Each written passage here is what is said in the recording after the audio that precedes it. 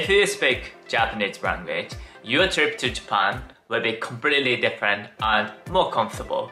You can book restaurant, you can negotiate the price, and you will never get lost in the street in Japan. Well, however, I understand many people, including maybe you, don't speak Japanese language because, Japanese language is a bit complicated and a bit tricky, to be honest. So in this video, I'm gonna introduce one simple Japanese phrase. The phrase will help you in any situation, such as when you go to a restaurant or when you need a help in Japan. So it's very helpful and convenient.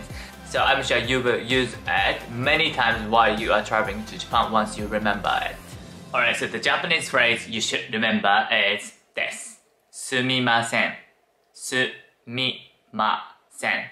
Which means excuse me in Japanese. Maybe some of you have heard that before or already knew it, but why this phrase is very important to remember? Well, it's because the phrase sumimasen has various meanings and can be used in a lot of situations. Alright, so there are mainly three meanings. The first one is using sumimasen for asking something.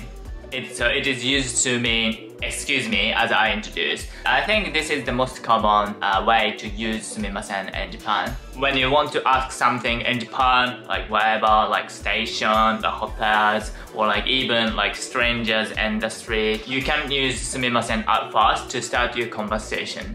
When I ask something, someone whom I don't know, I promise 99% of conversation will be started by sumimasen. This is because this phrase also implies apology and thanks at the same time. When you ask something, let's say, imagine in the street, maybe you will ask like Japanese strangers to the way to reach your destination or something. But obviously they are doing something or heading to somewhere. They are not randomly in the street like like online PC game or something like that. That is why we use sumimasen at first before we start asking something. If it's your first time in Japan, there are like so many things you don't understand, the rules, manners, but of course Japanese language. So you will definitely have times that you need to ask something to Japanese people, Japanese strangers. So remember, starting conversation by sumimasen when you ask Japanese people is very helpful. If I pick another example, when you go to a restaurant, you definitely need to call like staff in the restaurant. Of course, some Japanese restaurants have the bell, so easy to call them. But like during peak hours, maybe some restaurants don't have bell. They like sometimes overlook your hand sign. In that case, you can raising your hand and say sumimasen. So then they will notice you. The first meaning of sumimasen is excuse me, and you have many opportunities to use it when you travel to Japan. Alright, so the second meaning of sumimasen is to apologize something. So what means I'm sorry. When you travel to Japan, or especially like Tokyo during commute hours, there are so many people in the station, in the street, or whatever. So you accidentally bump into Japanese people. Well, it's quite happened a lot, I guess. So in that case, you can use sumimasen to apologize, to bump into them. Apart from that, I think there are so many things you don't understand and then like accidentally doing something wrong. In that case, also use sumimasen to apologize the things you did wrong. When you apologize something to Japanese people, you can use sumimasen. Alright, so the last meaning of sumimasen is appreciation. So that means thank you. Well, I guess some of you already knew the thank you in Japanese is arigato or arigatou gozaimasu as a polite way. But sumimasen is also used to appreciate something. If you already remember arigato, then you can use it. But the difference between arigato and sumimasen is sumimasen also includes the meaning that I'm sorry.